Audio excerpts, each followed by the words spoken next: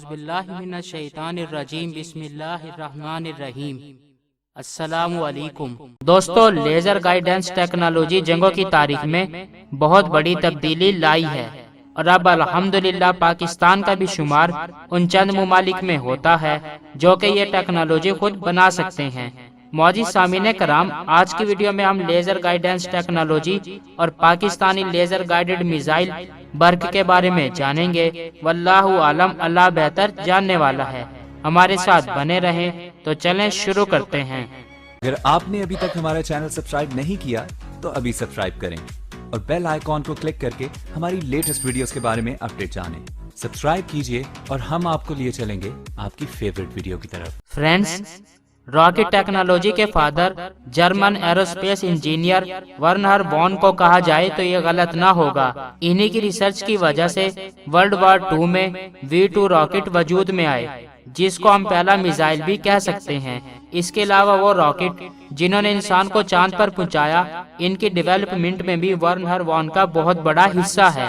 Missile کی مختلف قسمیں اور کیٹیگریز ہوتی ہیں، مثال کے طور پر گائیڈڈ میزائل، کروز میزائل اور بیلسٹک میزائل وغیرہ، اور ان تینوں کی بھی الگ الگ کیٹیگریز ہوتی ہیں۔ لیزر گائیڈڈ میزائل، جیسا کہ ہم اس کے نام سے ہی اندازہ لگا سکتے ہیں کہ یہ گائیڈڈ میزائل کی قسم ہے۔ لیزر گائیڈنس ٹیکنالوجی 60 کی دہائی میں سامنے آئی جب امریکہ ویتنام میں جنگ لڑ رہا تھا، اور جنگ کے دوران ان کی پن پوائنٹ ایکوریسی کی وجہ سے اس ٹیکنالوجی کو بہت مقبولیت ملی، جس کی وجہ سے دوسرے ممالک جیسا کہ سوویت یونین اور یورپ وغیرہ نے بھی اس ٹیکنالوجی کو اپنی ملٹری کا حصہ بنایا۔ لیزر گائیڈڈ میزائل عام طور پر 4 کمپوننٹس پر مشتمل ہوتے ہیں، جن میں guidance system, flight system, engine اور وار ہیڈ شامل ہوتا ہے۔ گائیڈنس سسٹم بنیادی طور پر میزائل کو اس کے ٹارگٹ تک گائیڈ کرتا ہے، اور لیزر گائیڈنس سسٹم میں یہ کام 2 طرح سے ہوتا ہے، جس میں سے ایک بیم رائڈنگ کہلاتا ہے، یعنی کہ میزائل ایک نیرو بیم پر رائڈ کرتا ہے اور میزائل کے فنز اس کو بیم کے سینٹر میں رکھتے ہیں، جس کی وجہ سے میزائل اپنے ٹارگٹ کو بآسانی نشانہ بناتا ہے۔ دوسرا طریقہ سیمی ایکٹیو لیزر ہومنگ طریقہ کہلاتا ہے، جو کہ جدید طریقہ ہے۔ اس طریقے میں لیزر ڈیزنگنیٹر کے ذریعے ٹارگٹ پر لیزر بیم فوکس کی جاتی ہے، اور لیزر بیم ٹارگٹ سے ٹکرا کر ریفلیکٹ ہوتی ہے، یعنی کہ پھیل جاتی ہے۔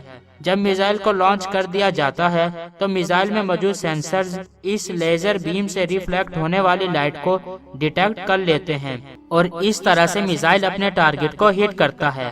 معزز سامعین کرام، یہ تو ہو گئی گائیڈنس سسٹم کی ڈیٹیل۔ نیکسٹ سٹیپ ہے فلائٹ سسٹم۔ فلائٹ سسٹم کا مطلب ہے کہ جب میزائل کو ایک بار لانچ کر دیا جاتا ہے تو میزائل ہوا میں ہی اپنی فلائٹ کو گائیڈنس سسٹم سے ملنے والی ہدایات کے حساب سے ٹارگٹ کو ہٹ کرتا ہے۔ جیسا کہ اس تصویر میں دیکھا جا سکتا ہے کہ میزائل کا فرنٹ پارٹ ٹرانسپیرنٹ ہے، اور اسی حصے میں ہائی ٹیک ایکوپمنٹ کے ساتھ ساتھ آپٹیکل فلٹر اور فوٹو ڈیٹیکٹنگ سینسر ہوتا ہے، جو کہ لیزر کی ویو لینتھ کو ڈیٹیکٹ کرتا ہے اور گائیڈنس سسٹم سے ملنے والی ہدایات کے حساب سے اپنی پوزیشن کو ٹارگٹ تک پہنچنے کے لیے ایڈجسٹ کرتا ہے۔ عام طور پر میزائل اپنی ایڈجسٹمنٹ تھرسٹ پریشر کے ذریعے کرتے ہیں، یعنی کہ میزائل کو پش کرنے والا جو تھرسٹر ہوتا ہے وہ اپنی پوزیشن تبدیل کرتا ہے۔ اس کے علاوہ میزائل کی باڈی پر موجود ونگز اور فنز بھی اس کو پوزیشن ایڈجسٹ کرنے میں مدد دیتے ہیں۔ نمبر 3 انجن ہے، جو کہ میزائل کو تھرسٹ دیتا ہے اور اس کو سپیڈ اور ڈسٹینس کور کرنے میں مدد دیتا ہے۔ اور سب سے آخر میں وار ہیڈ، مطلب کہ دھماکہ خیز مواد بارود، جو کہ تباہی کا اصل ذمہ دار ہوتا ہے، جو کہ عام طور پر میزائل کے سینٹر والے حصے میں ہوتا ہے۔ لیزر گائیڈڈ میزائل کو عام طور پر مختلف طریقوں سے ٹارگٹ پر فکس کیا جاتا ہے۔ مثال کے طور پر ایک طریقہ یہ ہوتا ہے کہ 2 جہاز مل کر ایک ٹارگٹ کو نشانہ بناتے ہیں، جس میں سے ایک جہاز لیزر بیم ٹارگٹ پر فوکس کرتا ہے، جبکہ دوسرا جہاز میزائل فائر کرتا ہے اور میزائل لیزر کو فالو کرتا ہے۔ ایک اور طریقہ یہ ہوتا ہے کہ گراؤنڈ پر موجود آرمی محفوظ فاصلے سے لیزر ڈیزنگنیٹر کے ذریعے ٹارگٹ کو فکس کرتے ہیں، اور فضا میں موجود جہاز یا ڈرون ٹارگٹ کو نشانہ بناتا ہے۔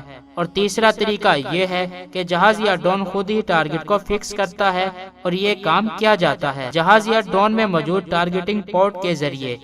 وار ہیڈ کی جدید ٹیکنالوجی میں ہمارے وطن پاکستان نے بھی اپنی دفاعی صلاحیتوں میں بہت اضافہ کیا ہے، اور سب سے بڑی مثال پاکستان کا لیزر گائیڈڈ میزائل برق ہے۔ برق ایک عربی لفظ ہے جس کا مطلب بجلی ہے۔ برق پاکستان کا بنا ہوا انڈیجینس یعنی کہ home made laser guided missile ہے، جس کو پاکستان کے ادارے national engineering and scientific commission یعنی کہ نیسکوم نے تیار کیا ہے۔ برق کا سب سے پہلا تجربہ 13 مارچ 2015 میں کیا گیا اور اس کو پاکستان کے ڈرون براق کے ذریعے فائر کیا گیا۔ تجربے کے کچھ ہی عرصے بعد ستمبر 2015 میں برق نے ضرب عضب کے دوران کامیابی سے دشمن کے ٹھکانوں کو نشانہ بنایا۔ برق کی خصوصیات کے بارے میں بات کی جائے تو انٹرنیٹ پر اس کے بارے میں معلومات نہ ہونے کے برابر ہے۔ اس کی معلومات کو زیادہ تر کلاسیفائڈ رکھا گیا ہے اور صرف اتنی ہی معلومات ملتی ہے کہ برق ایک مخصوص ٹارگٹ کے علاوہ متحرک ٹارگٹ کو بھی نشانہ بنا سکتا ہے، لیکن اس کو دیکھ کر ہم اس کی خصوصیات کے بارے میں اندازہ لگا سکتے ہیں، کیونکہ برق دیکھنے میں امریکن ہیل فائر 114 اور چائنیز HJ-10 کی ایک قسم AR-1 سے کافی مشابہت رکھتا ہے۔ اس کے علاوہ AR-1 کی ایک خاص بات یہ ہے کہ اس کو اس طرح ڈیزائن کیا گیا ہے کہ اس کو چائنیز ڈرون CH-3 اور CH-4 میں فکس کیا جا سکے، بالکل اسی طرح جیسے برق کو ٹیسٹ کے دوران براق سے فائر کیا گیا تھا۔ اور اگر ہیل فائر اور AR-1 کی مشابہت کی بات کی جائے تو دونوں سپر سونک مارک 1 کی سپیڈ سے چلتے ہیں، یعنی کہ 1235 کلومیٹر پر ہار سے زیادہ سپیڈ۔ دونوں کی رینج تقریباً 8 سے 10 کلومیٹر تک ہے اور دونوں ہی تقریباً 8 سے 10 کلو تک کا وار ہیڈ لے کے جانے کی صلاحیت رکھتے ہیں۔ یہ ہو سکتا ہے کہ برق کی خصوصیات بھی ان سے ملتی جلتی ہوں، یا یہ بھی ہو سکتا ہے کہ برق کی خصوصیات اس سے بالکل مختلف ہوں۔